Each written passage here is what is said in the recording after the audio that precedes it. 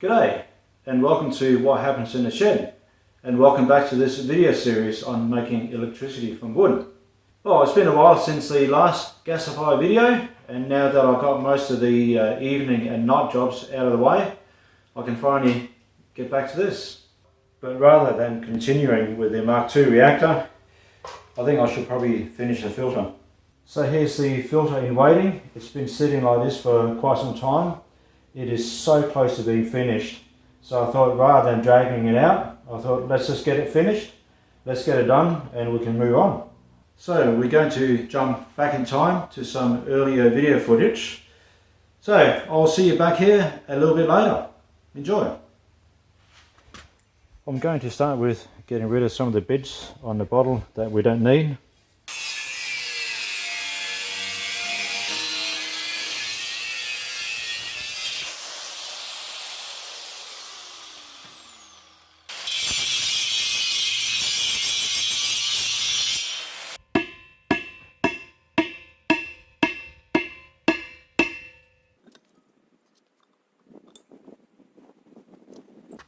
Right, so before I start hacking into this thing anymore, I thought I'd better play it safe and make sure there's not any gas left in the bottle.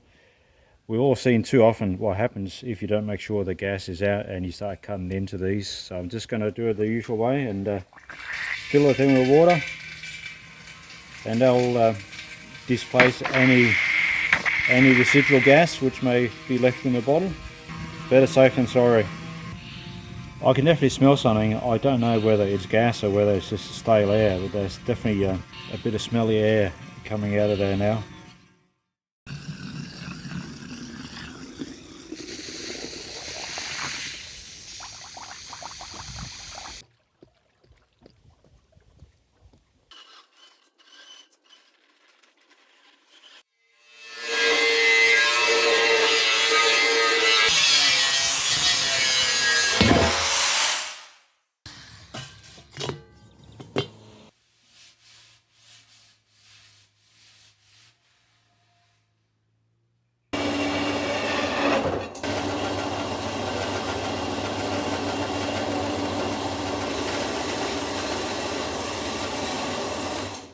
Well, that's as far as it goes.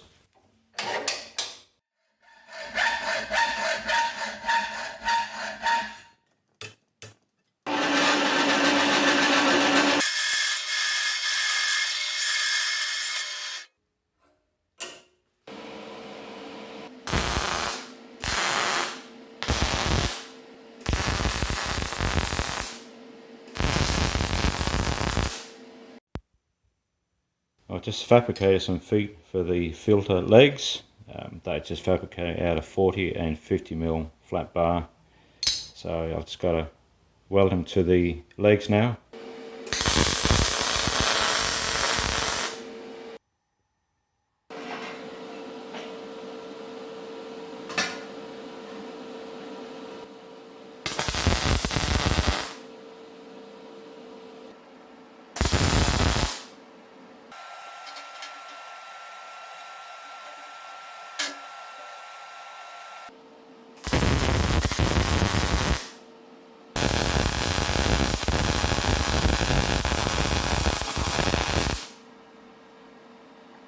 So next I've just got to make a flange that goes around the top here. That's just so I can screw down the lid. So it needs to be quite solid. So as usual, I'll be making that flange out of flat bar.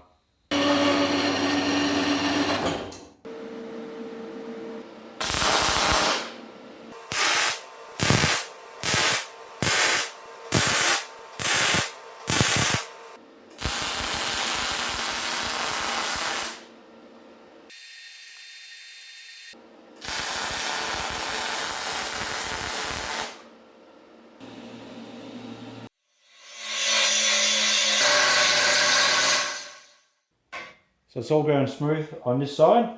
So flip it over, clamp it down, and then we weld this side.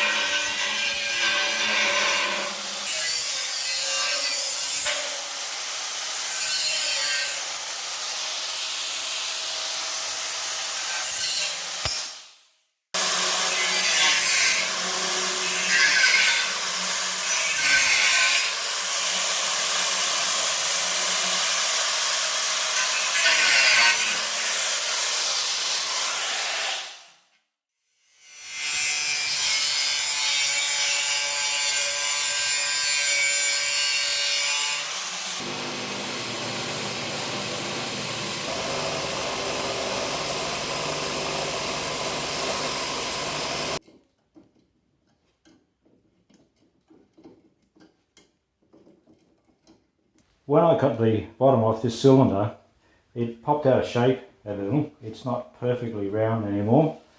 So yeah, I think I might just have to give it a bit of a squeeze. Try and get it back. I think this clamp should do it.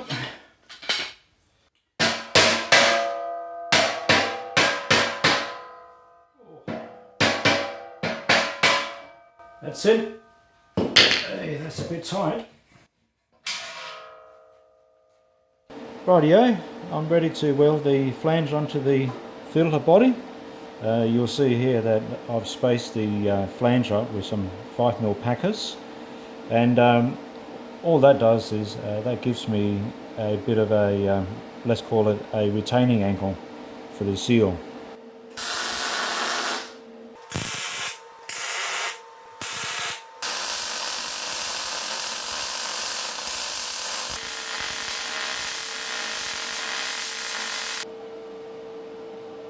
Here's the retaining angle or retaining channel. Well, it's not really a channel, but that's just for retaining the rubber gasket, which is going to be glued around the opening.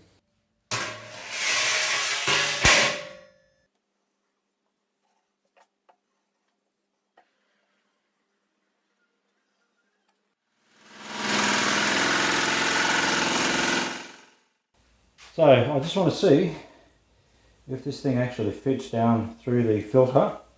So we'll drag a magnet on it. Oh, that's actually not bad. Look at that.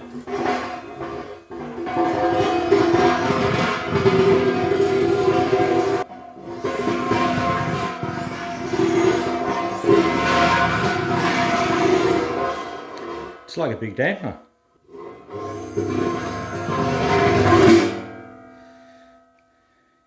Some people never grow up.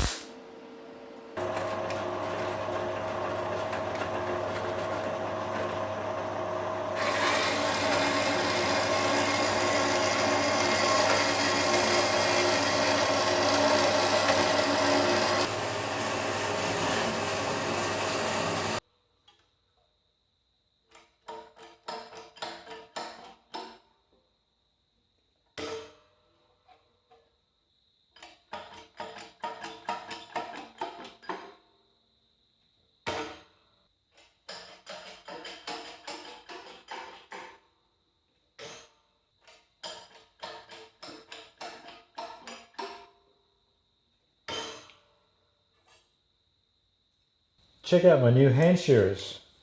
They're a beauty, eh? Whoops. Better put the brakes on. There we go.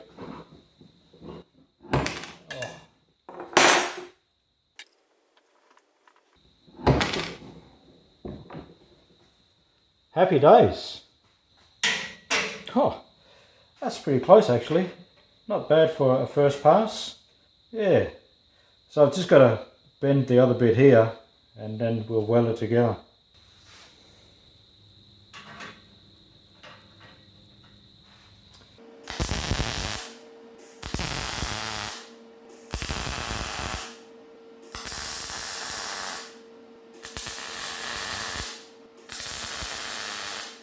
Last night when I tack welded this, it warped slightly, even though I did clamp it down to the welding table. But I guess because it's only 2mm thick sheet metal, I guess it was probably always bound to happen. Another thing I noticed too was that I was having a bit of trouble with the tack welds. The welder didn't quite have the punch that it usually does for that first 3/4 of a second. And all I can put that down to was that we're running off battery power and running off the inverter last night. So tonight I've got us back on grid, at least while I'm welding.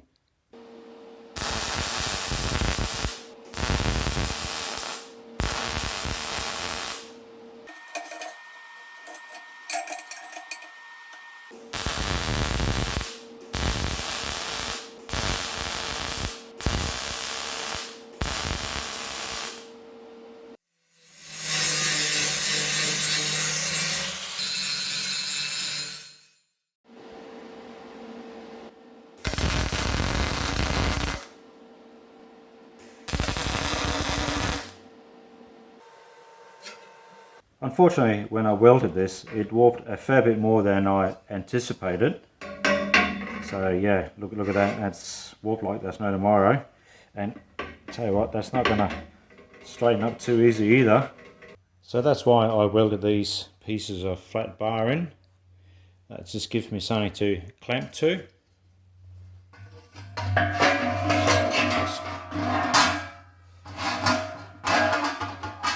So at least you can sit on those, and then it's just simply just a matter of clamping it down like that, and just gradually tack weld it in. So that should straighten up all right.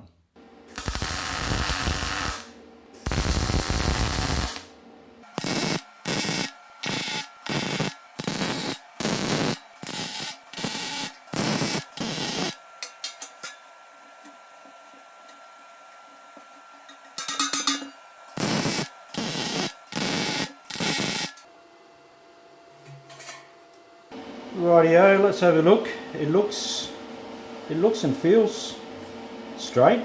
So we'll just try this out. That should tell us. Yeah, no, that looks and feels good.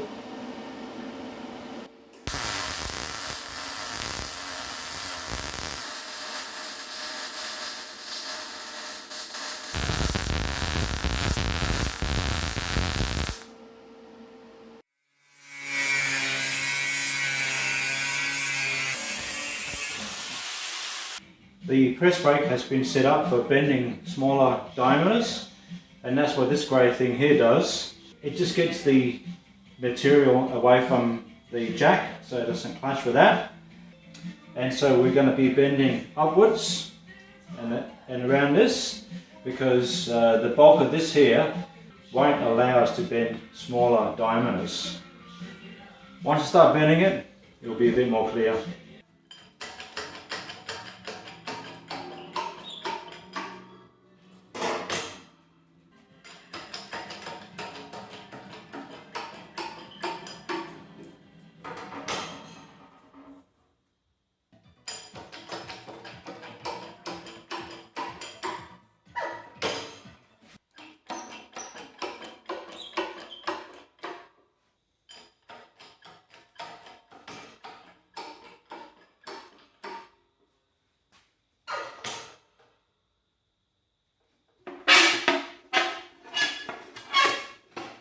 Here we go. Rightio, well that's pretty close actually, so I don't think I'm going to bend it any further on the press brake. I should be able to squeeze the last bit, so yeah, that's pretty close,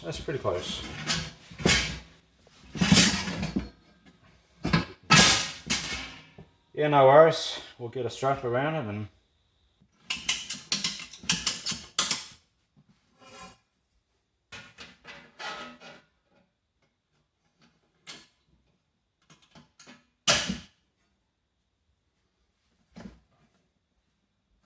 I've just worked on a couple of F-clamps just to fill out the flange so I can see how much overlap I've got here. So I'm just going to mark it out and then cut it back. Rightio, so I cut off the excess sheet metal, so we'll whack this thing back on.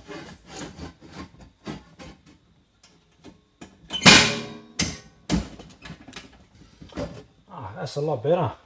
It's filling out the flange a lot better. So I'm just going to push the ratchet strap down just to close that. Yeah, that's pretty close. I think I'll do. Maybe just one more.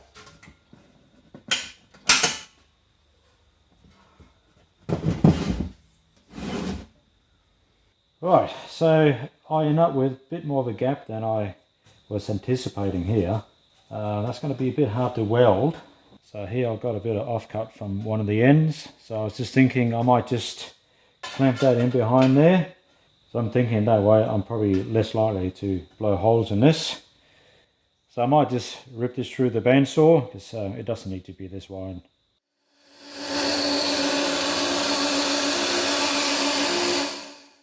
So I clamped that strip in there, that's sitting there quite nicely. It's a little bit raised in the middle there, so I'll just put this in. That's it, that's nice and tight now.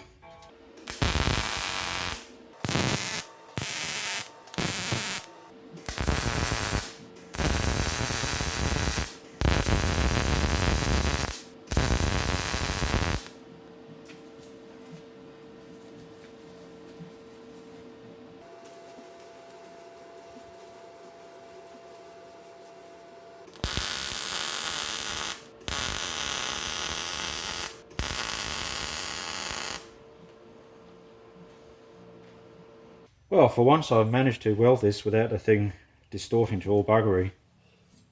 Although I did have to dial it back a bit, but it's still a good weld. I actually half expected this metal strip to have been welded on as well, but I guess I dialed the power back just enough that it didn't. You can see the weld still penetrated.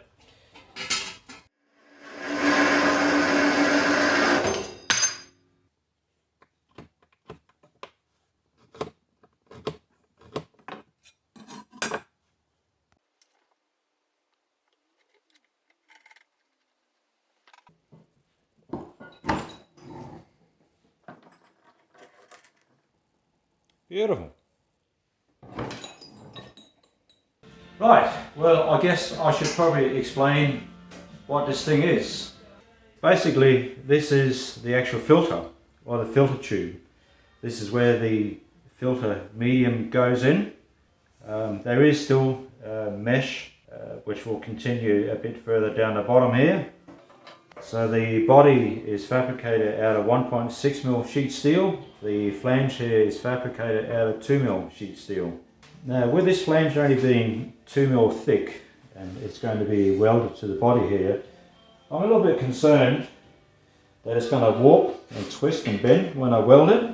That's what these little gussets are for, so I'm just going to weld a few of these on, especially where these holes are, which will be for clamping it down into the body. So yeah, I'm just going to whack a few of these on, and hopefully that should minimize any bending, twisting or warping. That's the plan anyway. The reason I only made this flange out of 2mm sheet steel and not the usual 5mm steel that I usually make from flat bar, and it's basically just to keep weight down. And that's pretty much because I need to lift this thing in and out of the filter body, so it needs to come up here like so. So I don't want this thing to be any heavier than it needs to be. It just so happens I had a bit of scrap in a circular shape which was left over from the grate, so I just clamped that to the underside of the flange, and that should hopefully also stop it from warping.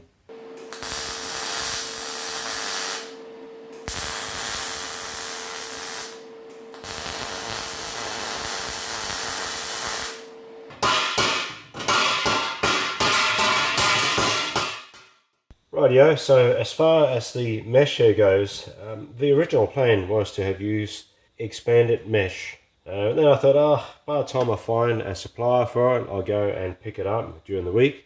Most places aren't open on weekends, so I thought, it's a bit of stuffing around. So I thought, well, so I came up with a few different ideas of cutting slots in the metal tube, putting mesh behind it and this and that. And I thought, well, why not just do the whole thing out of mesh? Then I thought, well, I got a bit of this Avery mesh lying around. So I thought, well, once you roll that into a cylinder, it's actually quite strong. Although the 12mm openings in this mesh are a little bit too big. So I've got this smaller mesh here, which has got a 6mm opening.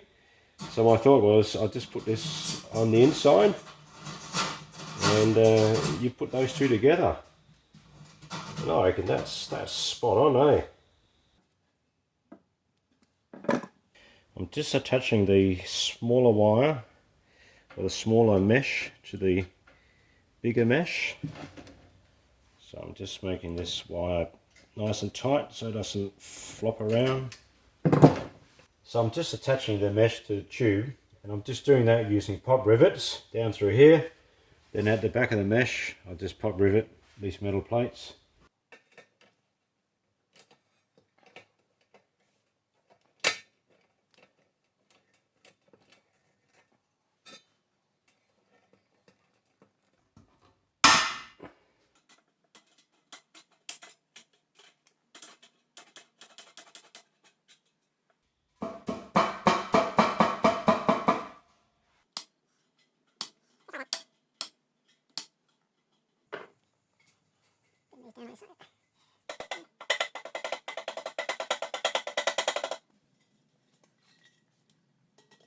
Oh yeah, it's plenty strong too, not a problem. No worries there. So before I go any further with the internals on this thing, I just want to get the inlet, the outlet and the bypass located on the body. For that I'm just going to be using these stainless steel toe nipples.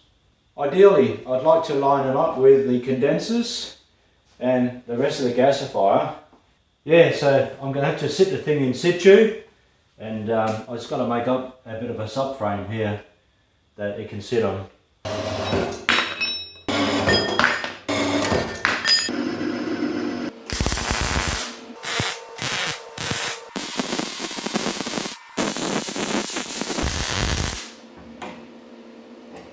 Rightio, so the filter is all in place, so I've just bolted it down to the subframe.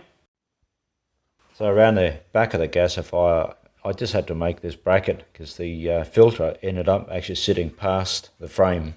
And that's because when I did the original drawings, I actually had the condensers sitting outside of the frame. Now I've moved them inside the frame, and that's why this condenser frame here, I had to step it in. And so to clear this, getting the filter in and out, I had to move the whole filter that way, and also I had to move it this way to clear the thermocouple.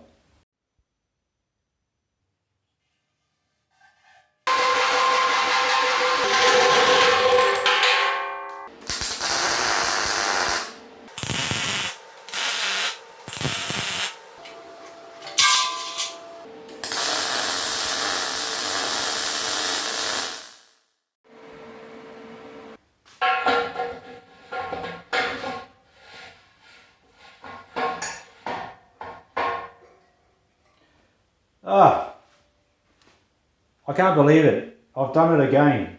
I've placed the valve too close to the flange. Yeah, I'm not going to be able to wind that on. Yeah, so I think I might just have to cut a bit off the flange here. That's fine. The rubber seal sits up against this lip here. Alright, no worries.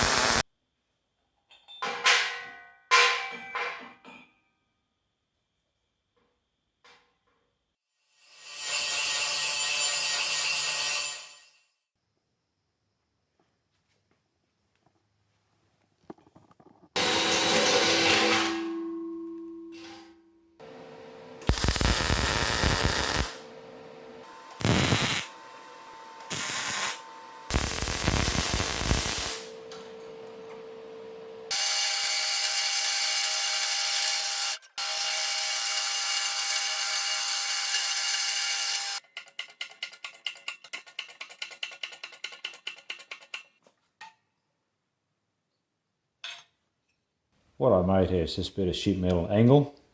This is going to go just on the inside of the filter inlet, and that's just so as the gas stream enters the filter, it doesn't just barrel straight into the filter medium.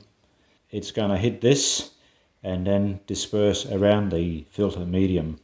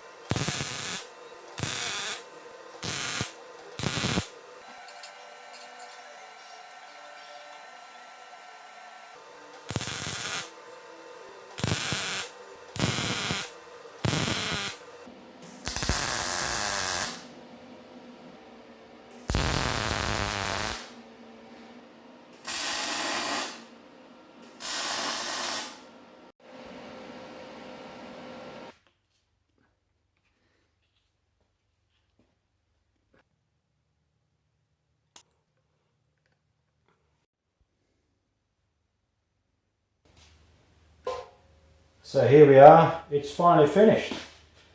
It's had a couple of coats of hammer-tone gunmetal, and yeah, I really like it. So this bit here, this is where the filter is going to sit on, and I only painted it as far as here. Down in here, I didn't bother painting that, although I did give it a couple of coats of penetrol, which is sort of a clear sealant. So down on this side here, we've got the inlet, and the two pipe fittings are connected together with this silicone rubber. One change I did make was I didn't glue the rubber seal to the top of this flange, and that's because from the reactor hatch I learned that it's very difficult to get a seal with a flat surface on a rubber gasket. You need a lot of force. So that's why I fitted the rubber gasket on the back of the lid. Rightio, so here's the filter. So it's currently filled with sugarcane mulch, and that's purely just because that's what I had on hand. So whether I'm going to stick with that, I don't know yet, but we'll give it a go. So sitting on top here will be a foam filter. So I just used a bit of coarse filter foam and a bit of fine filter foam. So that just gets wedged down here like so. So hopefully that will stay. I don't think it's going to get sucked out by the engine, because there's virtually no restriction or resistance here. So it shouldn't. I'll give this a go. If it does get sucked out, I'll just have to put something over the top of it. On the underside of the filter we got the fiberglass rope seal, and it's not there to make an airtight seal. It's just there to stop any particulate matter from bypassing the filter. Rightio, let's get the filter into position.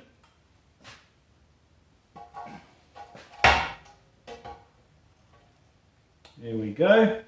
Here are the hold down bolts. So these are from the old gasifier. So I'll reuse those. And these ones here are made specifically for the filter. They are M10. So that's just a rounded M10 nut. And up the top here I've just got a slit for a screwdriver. So with these I didn't bother with a hex head or anything like that, because we don't need that much force pressing this down. Pretty much it will seal just by its own weight. But I thought, well, we should probably just have some sort of hold down bolts, so they just, yeah, go in like this. And I made them fairly long so you didn't have to fiddle around down there. So this way, yeah, you just screw them in like so. So you can pretty much just do them in hand tight, like that. And then towards the end, just to nip them up a bit, should you wish to do so, just use a screwdriver.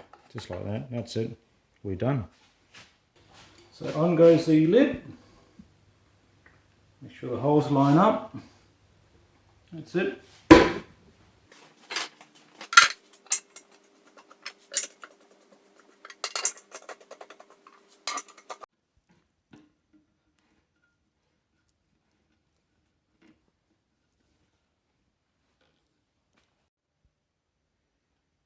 Yeah, so once I get this thing up and running, this bit of pipe here will be connected to this pipe here, and then the gas will travel down here, all the way down here, in through your inlet. Yeah, so it comes up through the filter medium and through the foam filters, and then from there it goes through the handle and also the gap in between this and the lid. There's plenty of space there. From there it travels out through the outlet pipe, which you see there, and from there down here to this T-junction, and from here it will go to the mixing station. So the purpose of the two valves is that in normal filter operation you have this valve here open. Should you need to, for whatever reason, should you need to bypass the filter, you shut this valve and you open this valve, and it'll just travel straight through this way. I don't think I'll need to do that hardly ever, if at all, but should you need to bypass the filter, it's pretty easy that way, so you don't have to freak around with other stuff. Oh, at the bottom of the cylinder, which used to be the top of the gas cylinder, I've got a valve here, and that's just for condensate. Alright then, well, I guess there's not much more to it than that. At long last, it's finished. Bit of a relief. So, at least now, I can get back to the reactor here. Until then, catch you later. Hope to see you again.